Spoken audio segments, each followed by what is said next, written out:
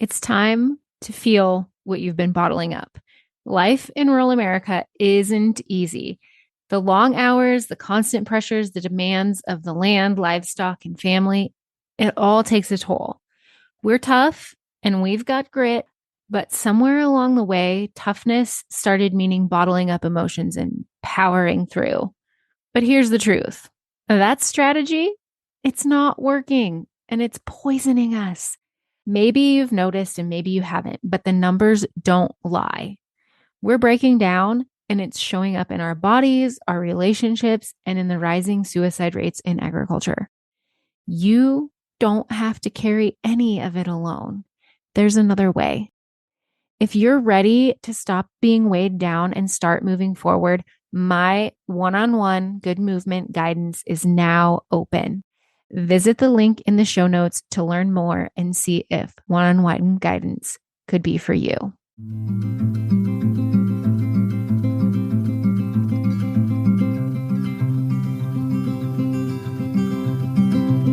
I'll carry you, you carry me, we'll help each other through it. Come on and say good movement draws good movement. Welcome to Good Movement Draws Good Movement, the podcast where farmers, ranchers, and rural folks can grow relationally through awareness, understanding, and effective communication. Hey, it's T. I'm your host, and I, along with my guests, will be covering topics related to drawing good movement. Things like self and social awareness, brain science, positive psychology, extending grace, and so much more. We'll share tools that can help you understand why you are the way you are, why others are the way they are, and how you can use that to step out of self-told lies with grace and compassion to draw good movement in conversations, relationships, and life in rural America. Let's go draw good movement.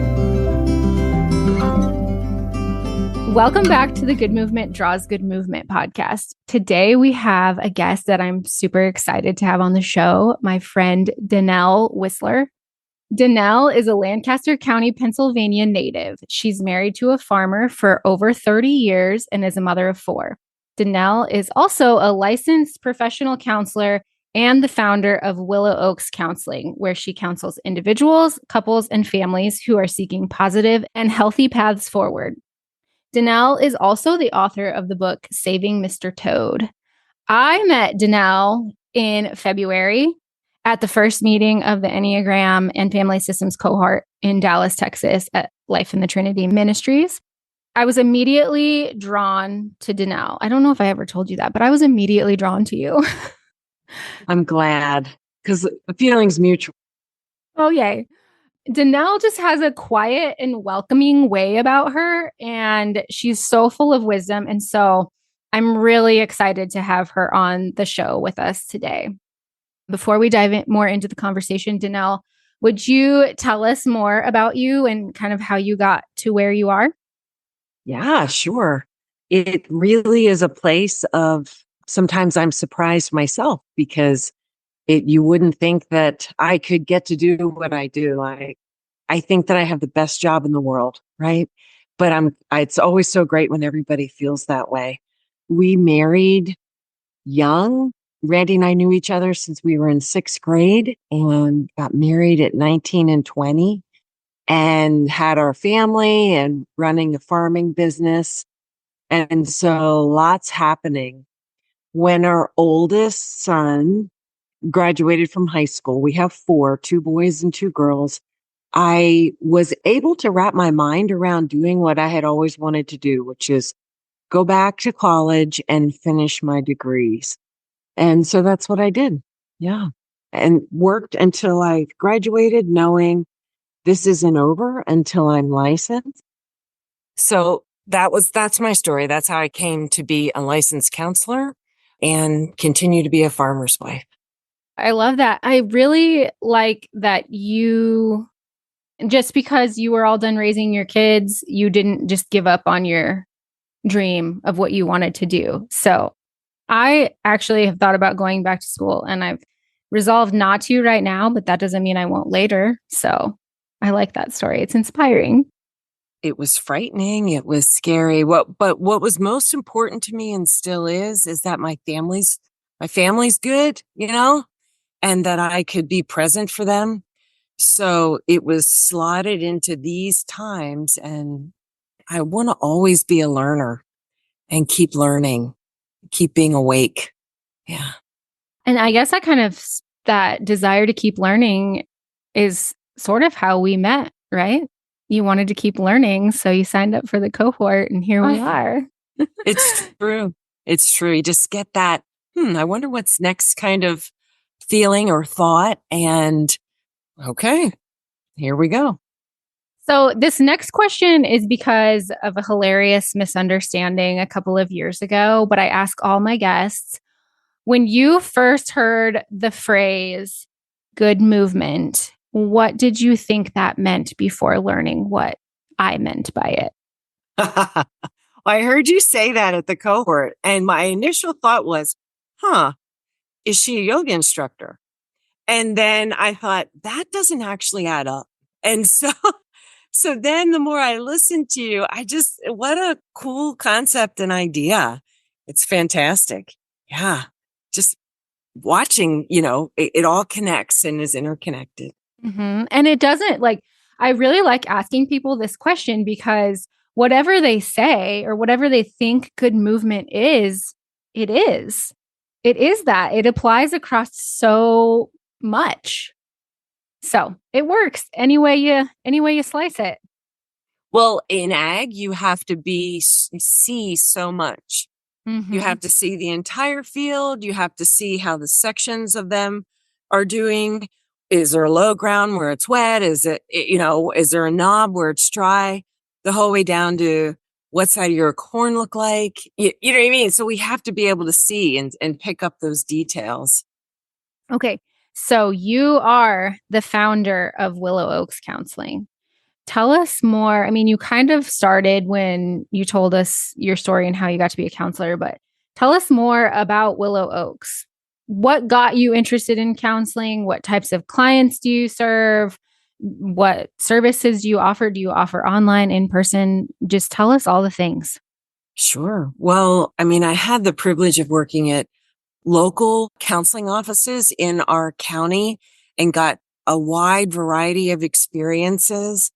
But having been self-employed most of my life, there's always that entrepreneurial, push to, think bigger or differently, or what else is there? And at some point I knew this is actually possible.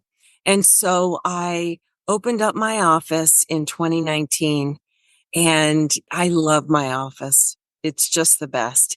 It's located in Lancaster City, which is about 20, depending on the time of day, to 30 minutes from where we live. It's the main city in our county. And so I drive in on 4 days a week. I see families really like family work. That's an important part of my work. I work with first responders, fire, EMS, police. That's also a real important part of what I do. I work with individuals from maybe 10 to 12 on up. I saw when I was looking at your website yesterday that you did work with EMS, and I was like, oh, that's so cool because Tom and I are EMTs, and thankfully, we haven't had anything, where we've had to call in a counselor for our squad. But I think it's really cool work that you do there because if we lived in a more populated area, I'm sure that we would need services such as yours. Oh my. I mean, the expectations that are placed on our first responders just continues to increase. The time doesn't increase, often their resources don't increase, but what's expected of them does. On top of that, then just the critical incidents that they're seeing every day. It really takes a toll, and it takes a toll on their families. And so if they can find a place, or their families or their spouse can find a place to just process and just to keep them together, that's really important work. Mm-hmm. For sure. So are your clients rural or involved in agriculture, or do you have like a blend? Or I have a wide blend, which I really just enjoy. anywhere from doctors and nurses, professionals. Not that farmers are not professionals, but it's just a different type of professional, right? It's a different type of outlook and presentation. And so I have also farmers and farmers' spouses who come, farm families who come and find me, even in Lancaster City, So do you do virtual I do counseling? virtual, but honestly, most people do not want to do virtual, at least that is in my experience. Certainly not first responders, certainly not folks in the ag community. Now, if we were rural, like I'm imagining Nebraska is, that would just be a necessity, probably.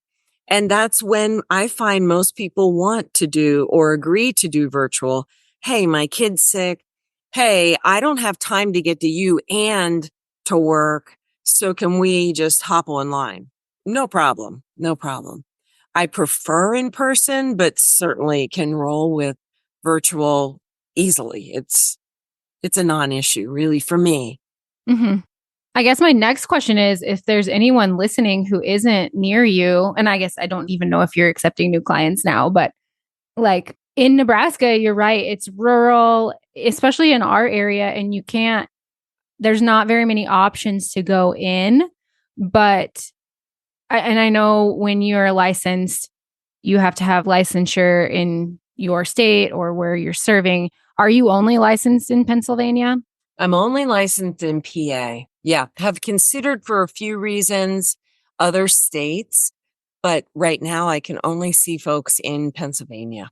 But you can always call that number on the back of your insurance card if you have insurance. I know one of the barriers in the ag community is accessibility to services. And it's too bad. It's just really like we could do better, I think, to service our ag community. For sure. And then also, you and I have talked when we've been in person at the cohort a little bit about the stigma surrounding mental health in agriculture and how we're taught to be strong and self reliant. And that leads us to holding on to things and not seeking help when we need it. So, I mean, the barrier is that we don't have a lot of accessibility, but also then we have this other barrier of how we've been brought up and what we've been taught within agriculture. How would you encourage people struggling, like within our rural and agriculture community? How would you encourage those struggling but holding back to seek help and break that stigma? We in ag, we actually are strong. We're not just taught to be, but we are resilient.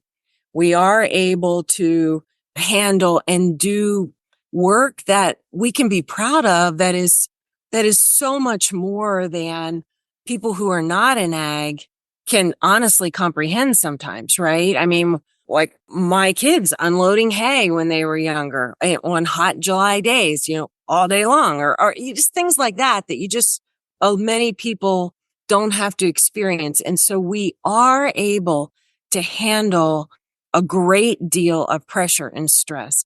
That said, just understanding that us, we humans, right? We don't do well in isolation.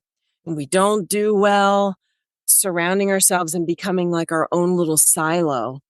And it's building within us, right? And we notice because, well, I'm starting to do this a little bit more to cope, or that just a little bit more, or people are starting to notice things about me and make comments, and I just, they're crazy or whatever, and just ignore it.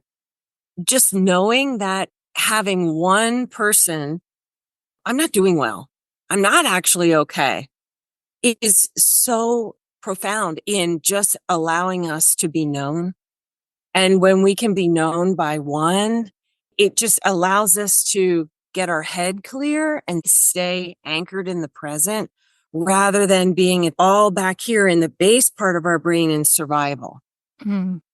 So to encourage, I just think thankfully more and more and more and more we are talking about this. Unfortunately, right, the suicide rates are so high. Ag is one of the highest, and it just doesn't have to be. But there's such sometimes shame in saying, I'm not actually quite okay here. Right. But we're getting better. It's one thing our kids can teach us. You're younger than I am, but I mean, my kids are all grown, and it's one of the things I can continue to learn from them is the way their generation seeks being well and just watching them. Yeah. Yeah. I love all that you said there. And it's just like when you talk about the shame surrounding saying, I'm not okay, it makes me think of the things that we hear.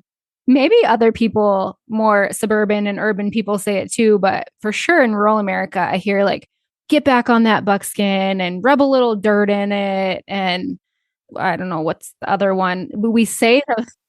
Yeah. Yes, we do say that. Slap you on the back and get you back out there. Pull yourself up by your bootstraps. Yeah. It makes a really great commercial. And honestly, we thrive under that, right? We really do. And there's a lot of juice, a lot of energy that comes from, yeah, I did that. But then there's the reality that comes along with that is just knowing, okay, then I also need to learn the skill of using my words. So I'm not okay is like this broadcast statement. All right. And so I referenced a field of corn earlier. So I'm not okay is like the field of corn.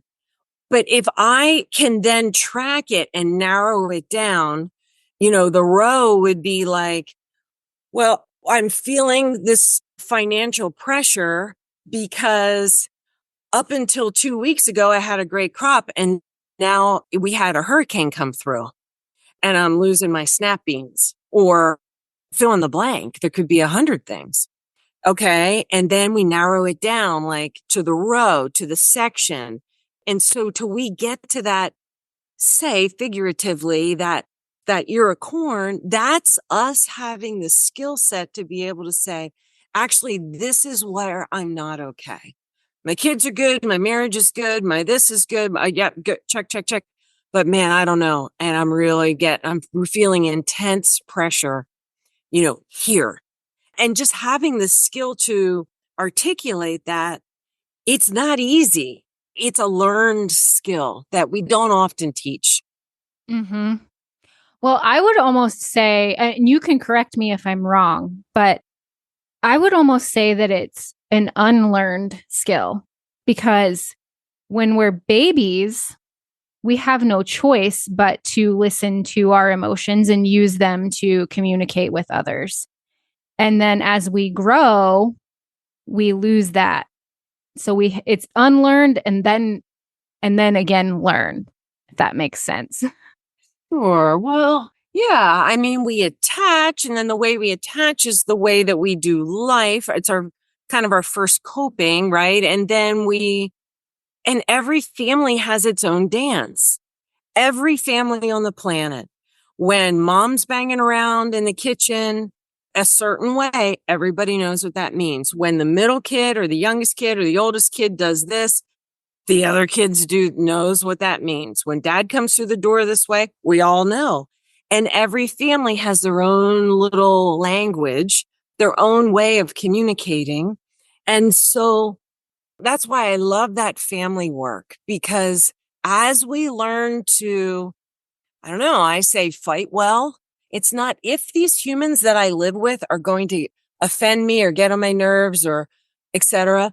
It's when they do. And when I wound them, can we resolve our conflict and stay well above the belt? You and I could argue all day long. If we stay above the belt, we're going to be just fine, Mm-hmm. It's kind of keeping the relationship bigger than the problem. Certainly. Certainly. What's wound into that, though, is we've got loyalty, we've got, but then, and certainly family first, family first. I think we could easily all agree with you and I think, Ken, anyway. But then we've got family that's really hard. And with family, the hook is we know each other so well. They all know my weaknesses, my underbelly, which it's my made up term for that area in our life it's our woundings, our shortcomings, our maladaptive coping that we cover up and just make shiny for the rest of the world, right?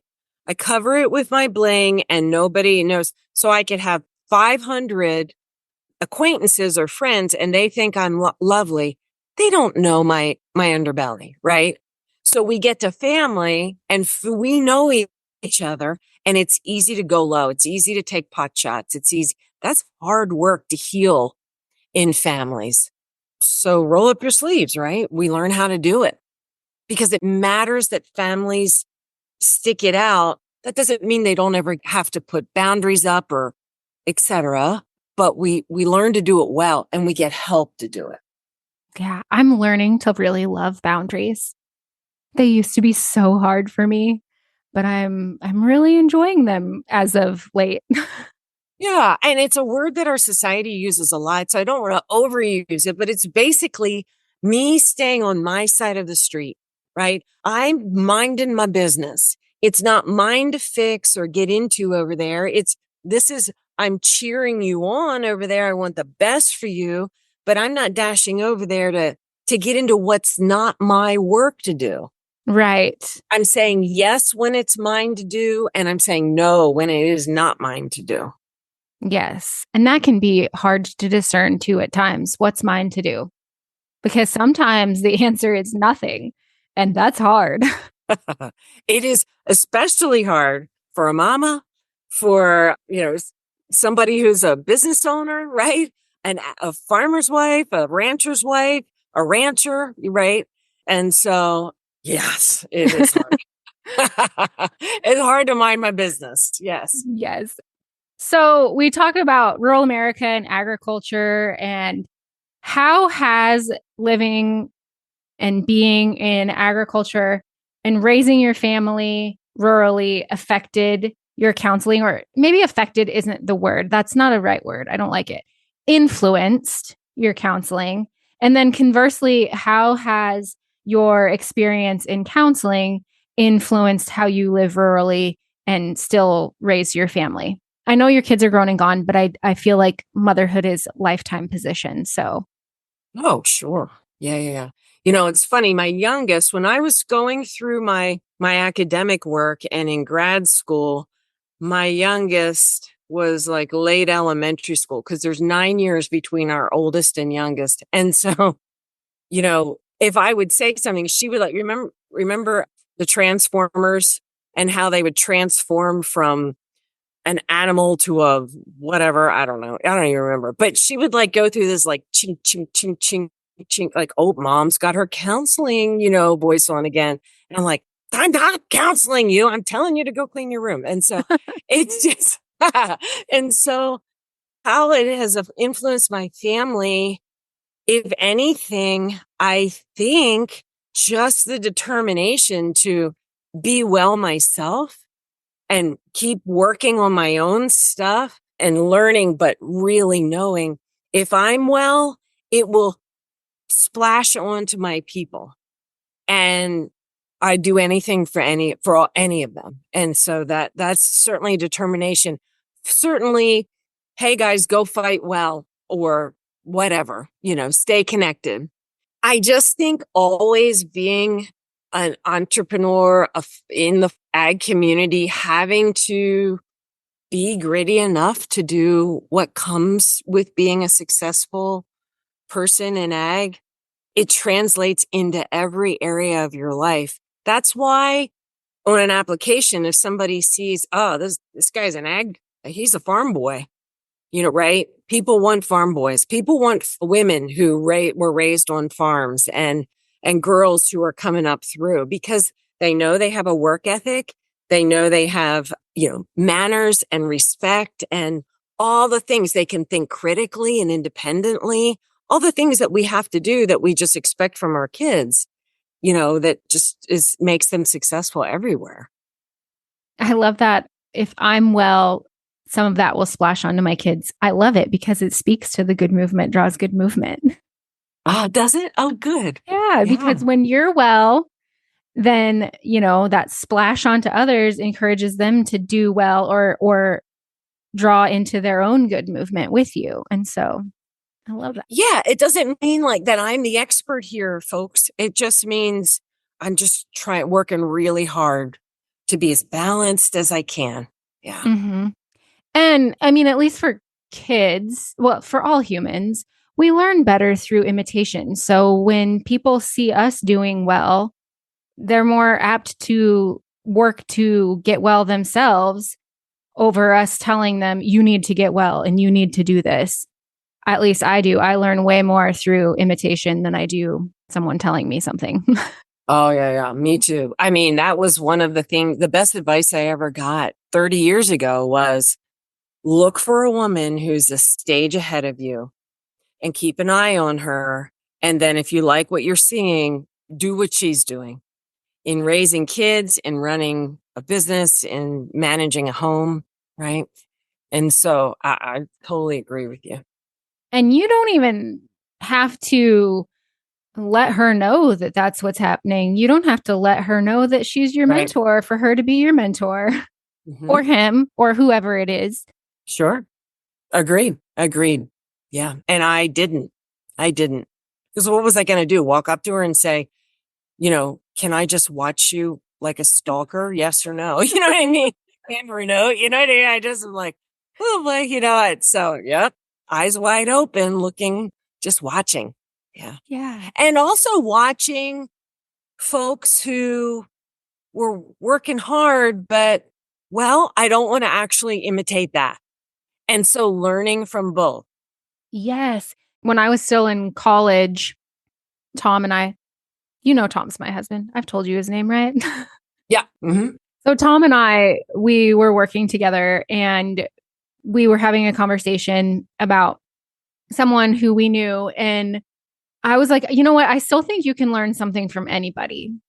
And sometimes you learn what not to do. Sure. Agree. 100% agreed. Okay. So yesterday, when I was being a little stalker on your website, I saw that you authored the book, Saving Mr. Toad. And so I read just a little bit about it, what was on your website. But tell us more about this book, mostly because I want to know more about your book. Aw. Well, I'll bring you a copy in September when we see each other again. Yay. All right. But I called that 53-year-old fun. It came out in 2021 and, it was just part of something that I want to develop in myself. And it was something that I've always wanted to do. And the story it unfolds in rhyme, a conversation between a mother and a son. And there's a lot of different layers in the story and angles. It's fun for kids to read, but in the story, it speaks to what we just mentioned. How much is gained through osmosis, through just observing and bringing it in. So Toad was startled this boy's mom, and he ran up to defend the toad, right? And so the mom just as we do, I just want to get this done. She's, feeling impatient, etc. And he launches into, we have to love the toad.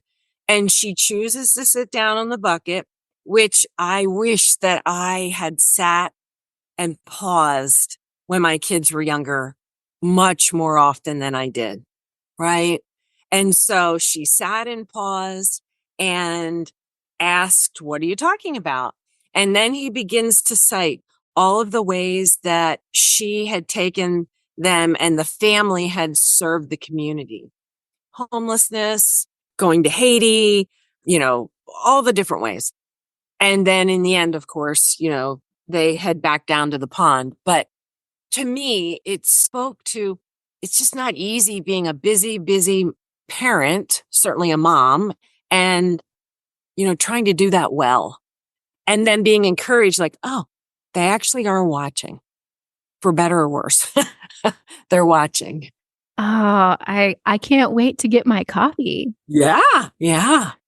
Happy to bring you on. I can't wait. How about let's do a giveaway, Dannel? Yay. Okay. Sure. I'm thinking we can do a giveaway of Saving Mr. Toad. And for listeners, all you need to do to enter to win is share that you've listened to this episode on probably Instagram, because that's where I'll see it, and tag me. And Dannel, are you on Instagram? I'm not. No. Okay, so just tag me and in your stories or wherever you share it so we see it. And then we'll put all the names in a bucket and we'll draw one winner for a copy of Saving Mr. Toad. Oh, that's so fun. Yes. Good. Yay, I'm excited. Me too. So tell everyone where they can find you if they would like to find you and learn more about your counseling services. I know that you are only licensed in Pennsylvania, but we may have some Pennsylvanian listeners who would like to work with you. Well, the name of the practice is Willow Oaks Counseling. And I'm sort of boring as far as I'm not really on any other social media. And so you can certainly email me and contact me through the website there. Okay. Well, I have thoroughly enjoyed our conversation and I can't wait to see you in September. And I'm so grateful that you agreed to come on the podcast. And, maybe we can just make this recurring thing. You can come on every once in a while and we can have great conversations for everyone else to hear. There's so much to talk about in this realm, so I'd be happy to. Thanks for just having me. All right. With that, until next time, draw a good movement. Thanks so much for tuning in. I'm so grateful for you. If you found value in this episode, I'd love for you to share with others who might also benefit from tuning in. Share by word of mouth, send it in a text, take a screenshot and post it on social media, or share however you prefer. And if you haven't already, hit the follow or subscribe button so you never miss an episode. Until next time, draw good movement.